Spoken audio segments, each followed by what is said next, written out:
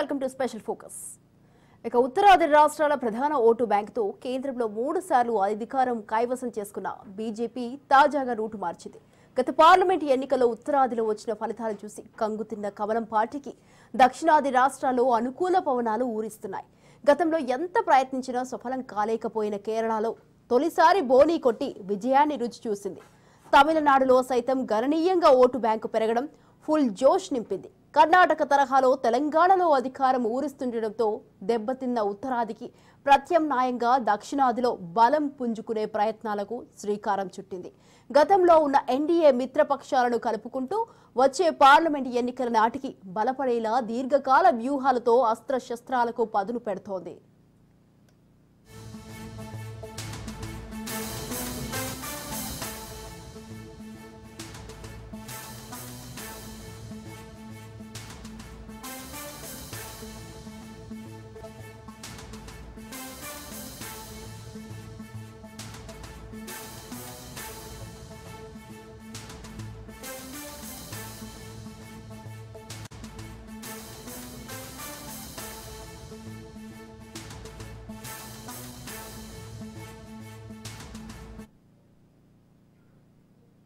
ప్రతిపక్షాలు ఎంత బలంగా పోరాడినా గల్లీ నుంచి ఢిల్లీ వరకు పార్టీ శ్రేణులను ఉక్కిరిబుక్కిరి చేసినా ఉత్తరాది రాష్ట్రాలు బీజేపీకి బలమైన అండగా నిలిచాయి.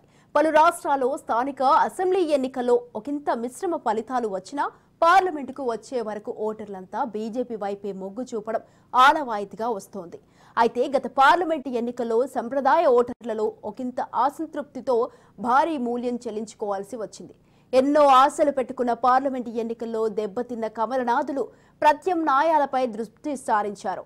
ఈ క్రమంలో దక్షిణాదిలో ఫలితాలు ఓట్లు గణనీయంగా పెరగడంతో రెట్టించిన ఉత్సాహంతో ఫోకస్ చేస్తోంది.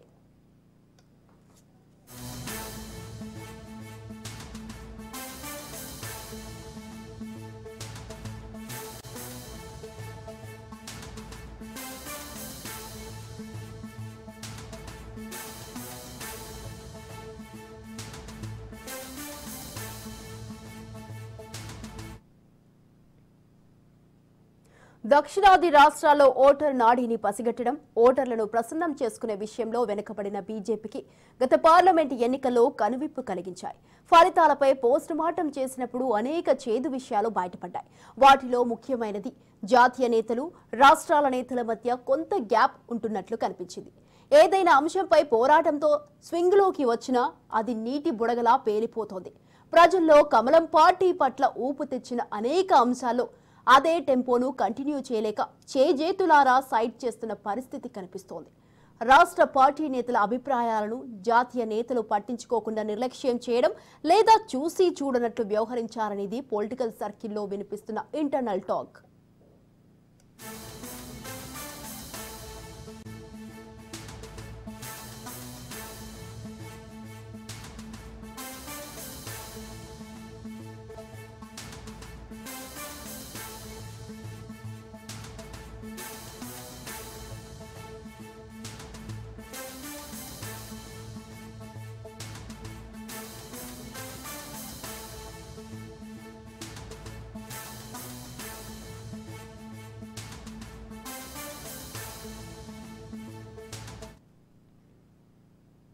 గత లోక్సభ ఎన్నికల ఫలితాలు వెలువడిన తర్వాత భారతీయ జనతా పార్టీ హిందుత్వ రాజకీయాల బ్రాండ్కు దక్షిణ భారతదేశం అడ్డుగోడ అనే అభిప్రాయం ఉత్తరదేనని విషయం అర్థమైంది. ఇక 5 ఏళ్ల క్రితం 2019 సార్వత్రిక ఎన్నికల టైంలో 5 దక్షిణాది రాష్ట్రాలలో అంటే కేరళ, తమిళనాడు, ఆంధ్రప్రదేశ్లో బీజేపీ ఒక్క సీటు కూడా గెలుచుకోలేకపోయిన పరిస్థితి నుంచి క్రమంగా పుంజుకుంది.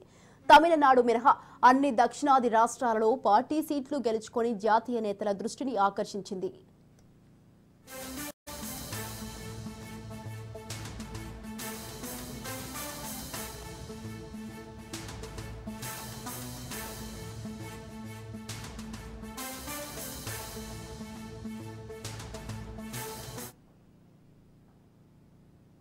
తమిళనాడులో ఒక్క సీటు సాధించలేకపోయినా ఓట్ల శాతం 3.6 నుండి 11.3% పెరగడంపై కమలనాథులు సంతృప్తితో ఉన్నారు.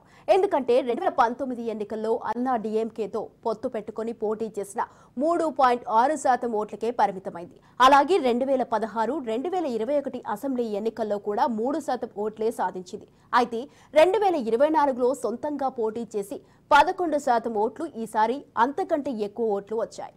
అక్కడ అధ్యక్షునిగా ఉన్న అన్నామలైకి ఉన్న చరిష్మాకు ఖుష్బూ, రాధిక, శరత్ కుమార్ తదితరుల సినీ గ్లామర్ తోడు కావడంతో కనీసం కొన్ని సీట్లైనా దక్కించుకుంటామని అంచనా వేసింది. తెలంగాణ గవర్నర్గా ఉన్న తమిళసై సౌందరరాజన్ను సొంత రాష్ట్రానికి పిలిపించి ఎన్నికల్లో కీలక బాధ్యతలు అప్పగించింది.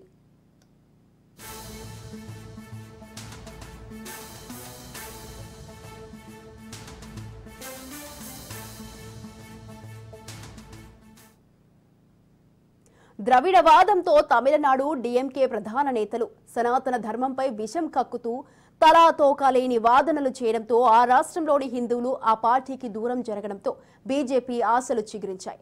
పొత్తులో భాగంగా 23 స్థానాల్లో హాటీ చేసిన బీజేపీ 9 సీట్లలో సెకండ్ ప్లేస్ లో నిలిచింది.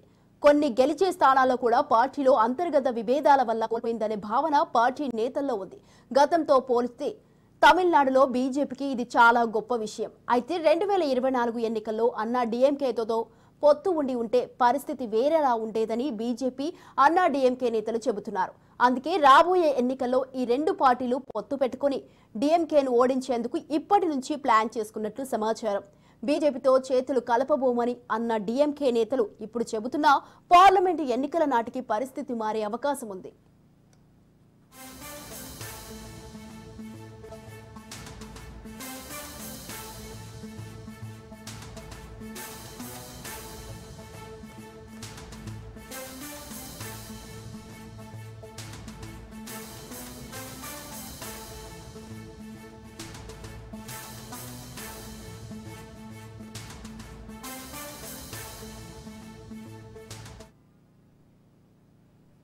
మరోవైపు కేరళలో ఖాతా తెరవడానికి నానా కష్టాలు పడుతున్న బీజేపీకి గత పార్లమెంట్ ఎన్నికల్లో తొలిసారి సక్సెస్ రుచి చూసింది. ఇక కేరళలోని త్రిశూర్లో రైట్ వింగ్ పార్టీ విజయాలలో ముఖ్యమైనది. ఇక్కడ దాని స్టార్ అభ్యర్థి సినీ నటుడు సురేష్ గోపి భారీ మెజార్టీతో గెలుపొందారు. సార్వత్రిక ఎన్నికల్లో విజయం సాధించిన మొదటి అభ్యర్థిగా సురేష్ గోపికి కేంద్ర కేబినెట్లో చోటు లభించింది. కేరళలో ఖాతా తెరవడానికి కష్టపడుతున్న పార్టీకి సురేష్ గోపి రూపంలో పెద్ద విజయం దక్కింది. నిజానికి ఎన్నికల్లో కేరళ రాజధాని తిరువనంతపురంలో బీజేపీ అభ్యర్థి రాజీవ్ చంద్రశేఖర్ కాంగ్రెస్ నుంచి 3 సార్లు ఎంపీగా గెలిచిన శశి థరూర్ను ఈజీగా ఓడించేలా కనిపించారు. ఓట్ల కౌంటింగ్ టైంలో రాజీవ్ 20,000 ఓట్ల ఆధిక్యంతో నిలిచారు. ఇక దీంతో కేరళలో బీజేపీ 2 సీట్లు గెలుస్తుందని చాలా మంది భావించారు. అయితే చివర్లో తీర ప్రాంతాల్లో ఓట్ల లెక్కింపు ప్రారంభించినప్పుడు విజయం కాంగ్రెస్ వైపు మొగ్గింది. చెమటోడ్చిన శశి థరూర్ ఎట్టకేలకు వరుసగా 4వ ఎంపీలుగా గెలుపొందారు. అయితే బీజేపీ ఓట్ల వాటాను 5% నుండి 13%కి పెంచుకోవడం బీజేపీ హైకమాండ్ సంతోషంలో ముంచెత్తింది.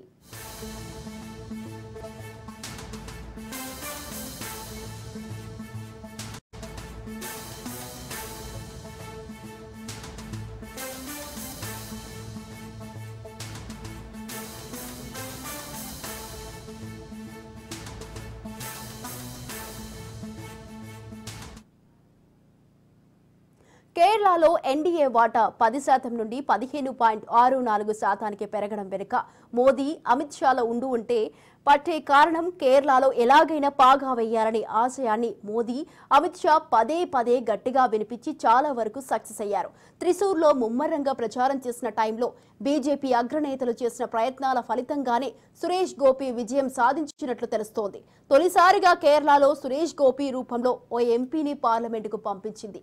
ఇదే ఊపు కొనసాగించి కేరళలో మరిన్ని సీట్లు కైవసం చేసుకునేందుకు ప్లాన్ రెడీ చేస్తోంది.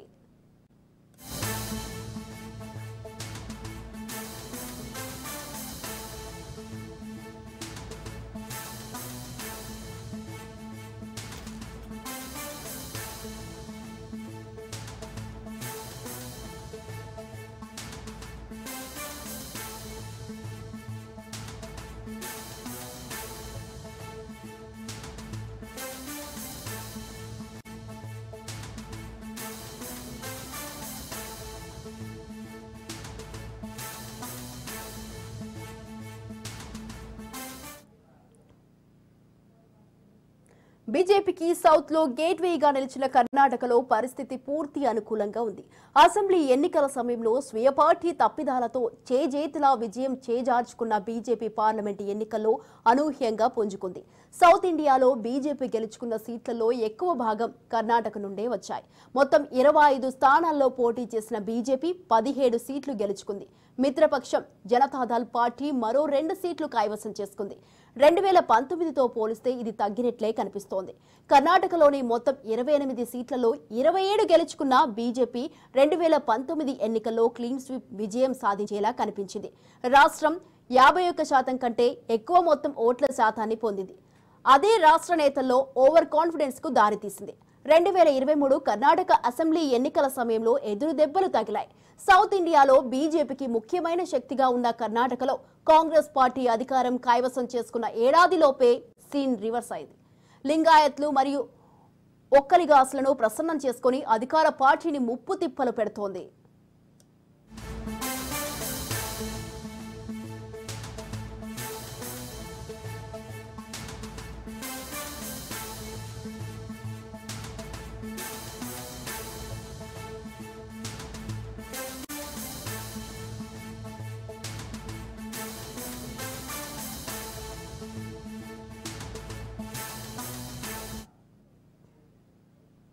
ఆకర్షణీయమైన సంక్షేమ పథకాలు, ముఖ్యంగా గ్యారంటీ స్కీమ్లు, మహిళలకు ఉచిత బస్సు ప్రయాణం వంటి హామీలతో అధికారంలోకి వచ్చిన కాంగ్రెస్ ఏడాదిలోపే డిఫెన్స్ లో పడింది.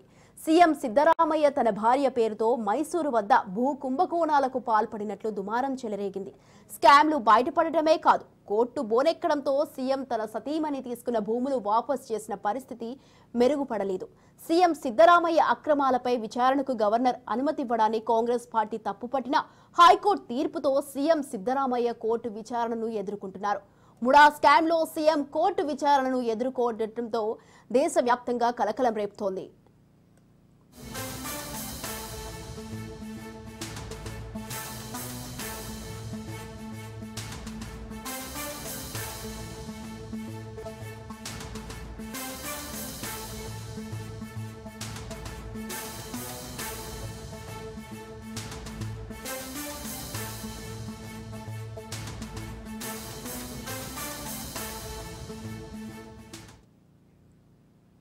గ్యారంటీ పథకాల పేరుతో అధికారం చేజిక్కించుకున్న కాంగ్రెస్ సంక్షేమ పథకాల అమలులో జాప్యం చేస్తూ తొలినాళ్లలో ప్రతిపక్షాలకు ఛాన్స్ ఇచ్చింది. ఆ తర్వాత వాల్మీకి డెవలప్మెంట్ కార్పొరేషన్లో 87 కోట్ల కుంభకోణం, మైసూరు వద్ద ముడా భూముల స్కామ్ బయటపడటంతో పూర్తిగా డిఫెన్స్ లో పడింది.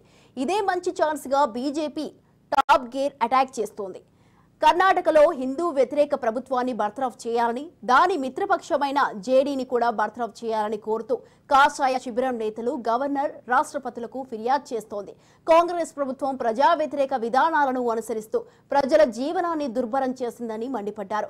లాస్ట్ 1.5 ఇయర్ నుంచి కాంగ్రెస్ గవర్నమెంట్ ఒక్క కొత్త పథకాన్ని కూడా ప్రకటించలేదని, చివరకు ఎమ్మెల్యేలు సైతం తమ తమ నియోజకవర్గాల్లో కనీసం ఏ ఒక్క డెవలప్మెంట్ వర్క్ కు టెంకాయ కొట్టి శంకుస్థాపన చేయలేకపోయిందని బీజేపీ నేతలు ఆరోపిస్తున్నారు.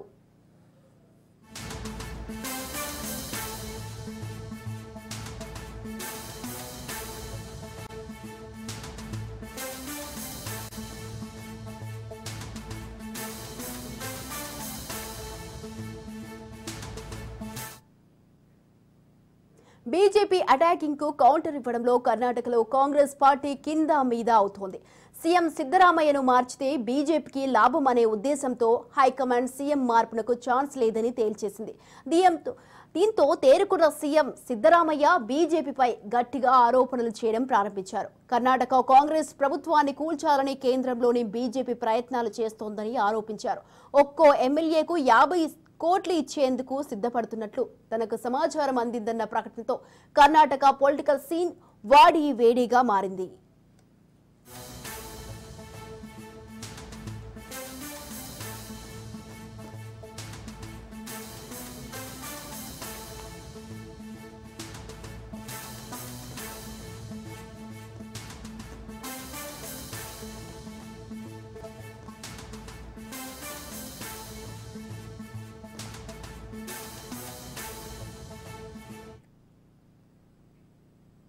ఇక ఆంధ్రప్రదేశ్ విషయానికి వస్తే బీజేపీ పరిస్థితి ఆశాజనకంగానే కనిపిస్తోంది. ఎన్నికల ముందు బీజేపీ అధ్యక్షురాలిగా పురంధేశ్వరిని ఎంపిక చేయడం కొన్ని వర్గాలకు నచ్చలేదు.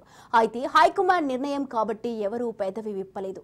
అయితే ఎన్నికలు ముందుకొచ్చే టైంలో ఇక జనసేన అధినేత పవన్ కళ్యాణ్ చొరవతో చంద్రబాబుతో పొత్తుకు బీజేపీ సై అంది. 3 పార్టీలు కలిసి ఉమ్మడిగా పోటీ చేశాయి. బీజేపీ 6 పార్లమెంటు నియోజకవర్గాల్లో పోటీ చేసి 3 చోట్ల గెలిచింది.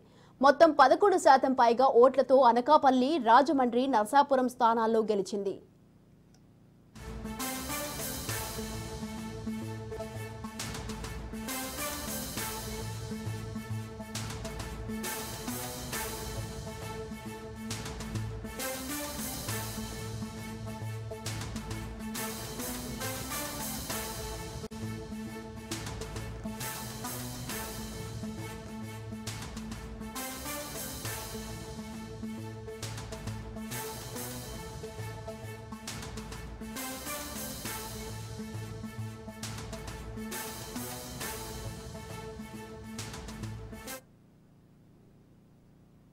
ఎన్నో ఆశలు పెట్టుకున్న ఉత్తరాది రాష్ట్రాల్లో దెబ్బతిన్న బీజేపీకి దక్షిణాదిలో పుంజుకోవడం, చంద్రబాబు కూడా మాటకు కట్టుబడి మద్దతు కొనసాగిస్తుండడం ఊరట కలిగిస్తోంది. అయితే లాంగ్ రన్ లో ఎలాంటి పరిణామాలు చోటు చేసుకున్నా సరే సొంతంగా బలం పెంచుకుంటేనే మేలు అనే భావన బీజేపీ హైకమాండ్ లో ఉంది. హిందుత్వ నినాదం భుజానికెత్తుకున్న పవన్ కళ్యాణ్ తెలుగు రాష్ట్రాల్లో బీజేపీకి ఆశా కిరణంలా కనిపిస్తున్నారు.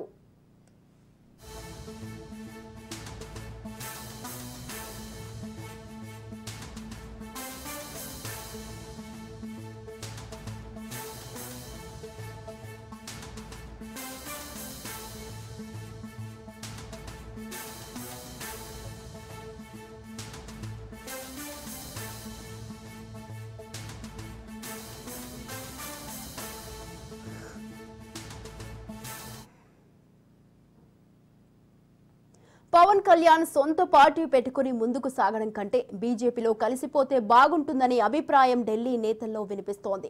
ప్రస్తుతం ఏర్పాటు చేసిన కూటమి ప్రభుత్వాన్ని కొనసాగించడానికే బీజేపీ ప్రాధాన్యతమిస్తోంది. అవసరమైతే పవన్ కళ్యాణ్ అంగీకరిస్తే పార్టీని బీజేపీలో కలిపేసుకునే ఆలోచన కూడా ఉన్నట్లుగా పొలిటికల్ సర్కిల్స్ లో టాక్ నడుస్తోంది. సినిమాలతో దక్షిణాది రాష్ట్రాల ప్రజలకు చేరువైన పవన్ కళ్యాణ్ బీజేపీలో విలీనమైతే సౌత్ ఇండియాలో బీజేపీ మరింత బలపడుతోందన్న విశ్లేషణలు జరుగుతున్నాయి. వచ్చే సార్వత్రికల ఎన్నికల నాటికి మరింత బలం పుంజుకుని సీట్ల సంఖ్యను పెంచుకునేందుకు అన్ని ప్రయత్నాలు చేస్తారనే టాక్ నడుస్తోంది. బీజేపీకి అడ్రస్ లేదని విమర్శలు ఎదుర్కొన్న కేరళ, తమిళనాడు రాష్ట్రాల్లో ప్రత్యర్థి పార్టీలకు ముచ్చెమటలు పట్టించింది బీజేపీ. రాబోయే ఎన్నికల్లో ఓట్లు కాస్త సీట్లుగా మార్చుకుంటామనే ధీమాతో రోడ్ మ్యాప్ రెడీ చేస్తోంది.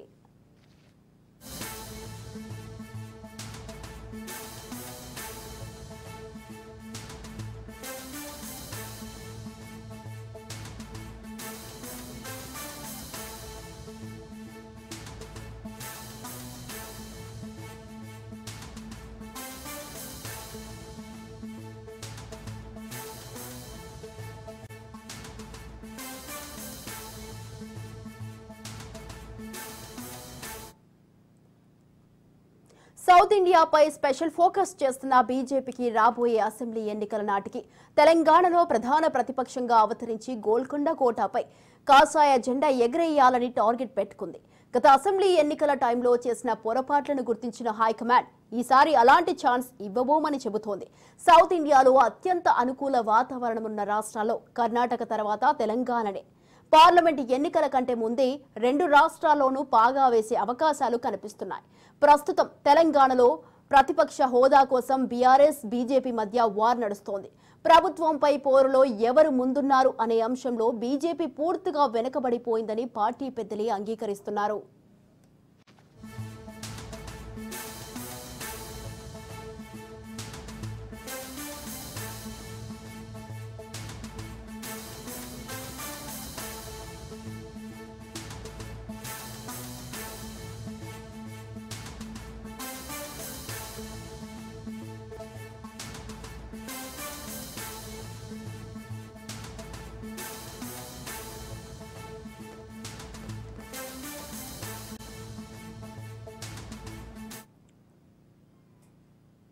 తెలంగాణ రాష్ట్రంలో ప్రస్తుతం బీజేపీ, కాంగ్రెస్ మధ్య వార్.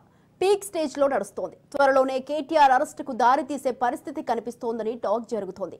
పార్లమెంట్ ఎన్నికల ఫలితాల తర్వాత కవిత అరెస్టుతో పూర్తిగా డీలా పడిన బీఆర్ఎస్ పార్టీని తొక్కేయడానికి కేటీఆర్ ను అరెస్టు చేయొచ్చన్న కాంగ్రెస్ నేతల మాటలను బట్టి చూస్తే బీఆర్ఎస్ పూర్తిగా డిఫెన్స్ లో పడుతుందనుకుంటే డీటీఎస్ సౌండ్ తో కాంగ్రెస్ ప్రభుత్వానికి సవాల్ చేస్తోంది. స్కీమ్లలో స్కామ్లు జరుగుతున్నాయంటే కేటీఆర్ ఢిల్లీ వెళ్లి బీజేపీ పెద్దలను కలిశారన్న ప్రచారం జరుగుతోంది.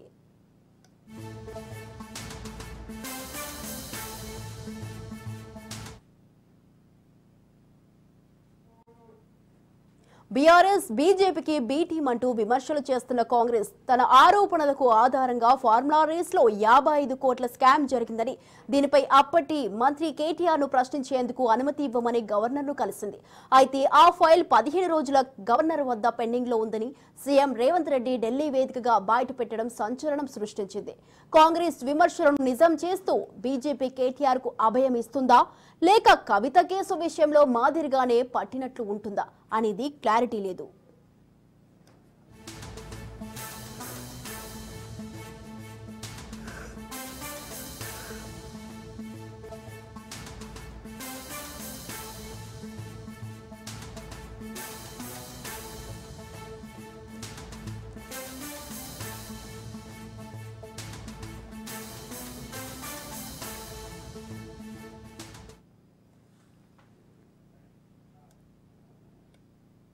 తెలంగాణలో కాంగ్రెస్ బీఆర్ఎస్ వారితో సంబంధం లేకుండా రాష్ట్ర క్యాడర్ ను రెడీ చేసే దిశలో అడుగులు పడుతున్నాయి. సరికొత్త ప్లాన్లు కొత్త ఏడాదిలో బీజేపీ అడుగులు వేసేలా రోడ్ మ్యాప్ ఇచ్చినట్లు తెలుస్తోంది. కొత్త ఏడాదిని ఫుల్ జోష్తో స్వాగతించేలా వచ్చే డిసెంబర్ నుంచి తెలంగాణలో బీజేపీ సమర భేరీ మోగించనుంది. ఇందులో భాగంగా డిసెంబర్ 1 నుంచి 7 దాకా అన్ని అసెంబ్లీ నియోజకవర్గాలలో పాదయాత్రలు చేయాలని నిర్దేశించింది.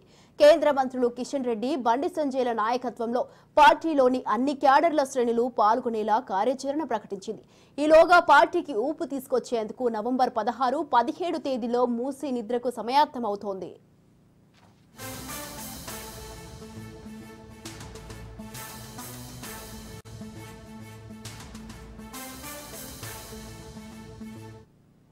జనతా పార్టీ దేశవ్యాప్తంగా మెంబర్షిప్ డ్రైవ్ చేస్తున్న సందర్భంలో పోలింగ్ బూత్ స్థాయి నుంచి జాతీయ స్థాయి వరకు ప్రతి కార్యకర్త, ప్రతి నాయకుడు కూడా ఈ మెంబర్షిప్ డ్రైవ్ లో చాలా యాక్టివ్ గా పాల్గొంటున్నారు.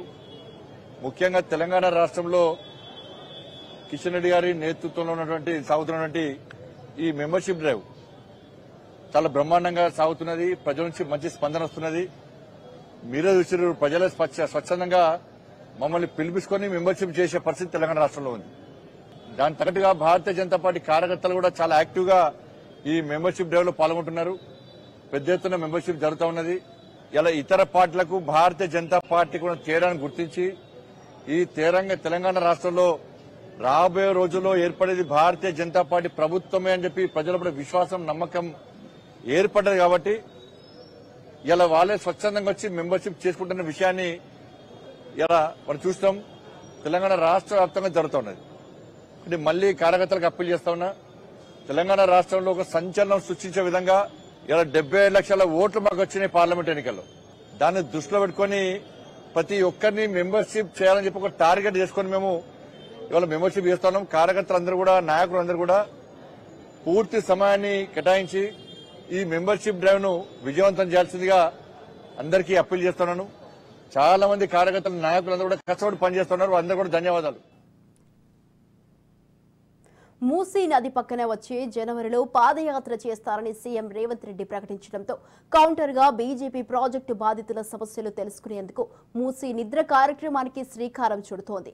25 ప్రాంతాల్లో మూసీ నిద్ర చేయబోతోంది. ఈ కార్యక్రమంలో పార్టీ ఎంపీలు, ఎమ్మెల్యేలు, మాజీ ఎమ్మెల్యేలు, ముఖ్య నేతలంతా ఈ కార్యక్రమంలో పాల్గొంటారు.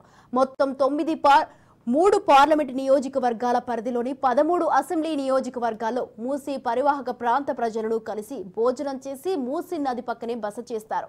నది ప్రక్షాళన పేరుతో ఇళ్లను కూల్చితే ఊరుకోబోమని ప్రకటించిన బీజేపీ నేతలు అవసరమైతే బుల్డోజర్లను తమపై ఎక్కించిన తర్వాతే ప్రజల ఇళ్లను ముట్టుకోవాల్సి ఉంటుందని చెబుతున్నారు.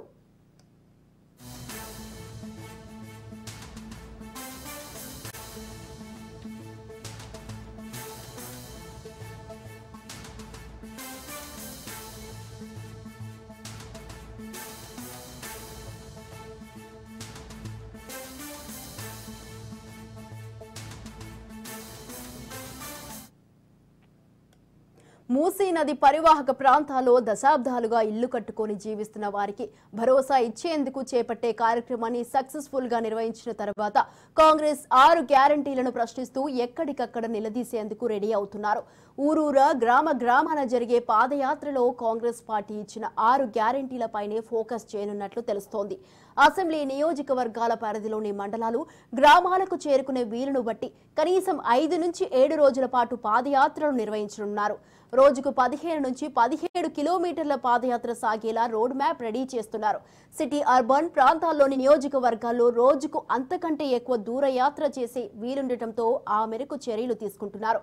పాదయాత్రను మొక్కుబడిగా ఆషామాషిగా కేవలం ప్రచారం కోసమే అన్నట్లు కాకుండా ప్రజల మనస్సు గెలుచుకునే అంశాలపై ఫోకస్ చేయనున్నారు. దీనికోసం ఒక్కో అసెంబ్లీ నియోజకవర్గానికి కొందరు నాయకులతో కూడిన బృందాన్ని ఏర్పాటు చేసి పర్యవేక్షణ బాధ్యత అప్పగిస్తారు. ప్రతిరోజు ఎక్కడి నుంచి ఎక్కడి దాకా యాత్ర నిర్వహించాలి, నైట్ హాల్ట్ ఎక్కడ ఉండాలి అనే అంశాలన్నింటినీ ఈ బృందాలు చూసుకుంటాయి.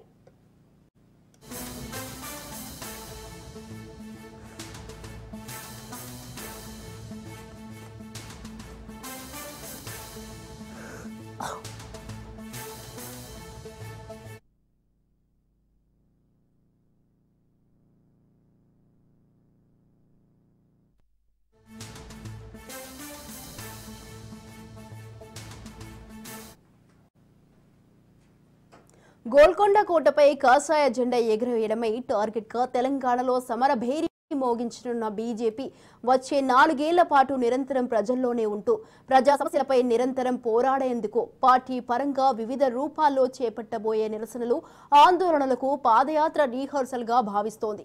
లోకల్ బాడీ ఎన్నికలకు ప్రభుత్వం మొగ్గు చూపినా చూపకపోయినా గ్రామ, మండల స్థాయిలో బీజేపీ బలపడేందుకు ఈ పాదయాత్రలు దోహదపడతాయనే అంచనాతో రంగంలోకి దిగుతోంది.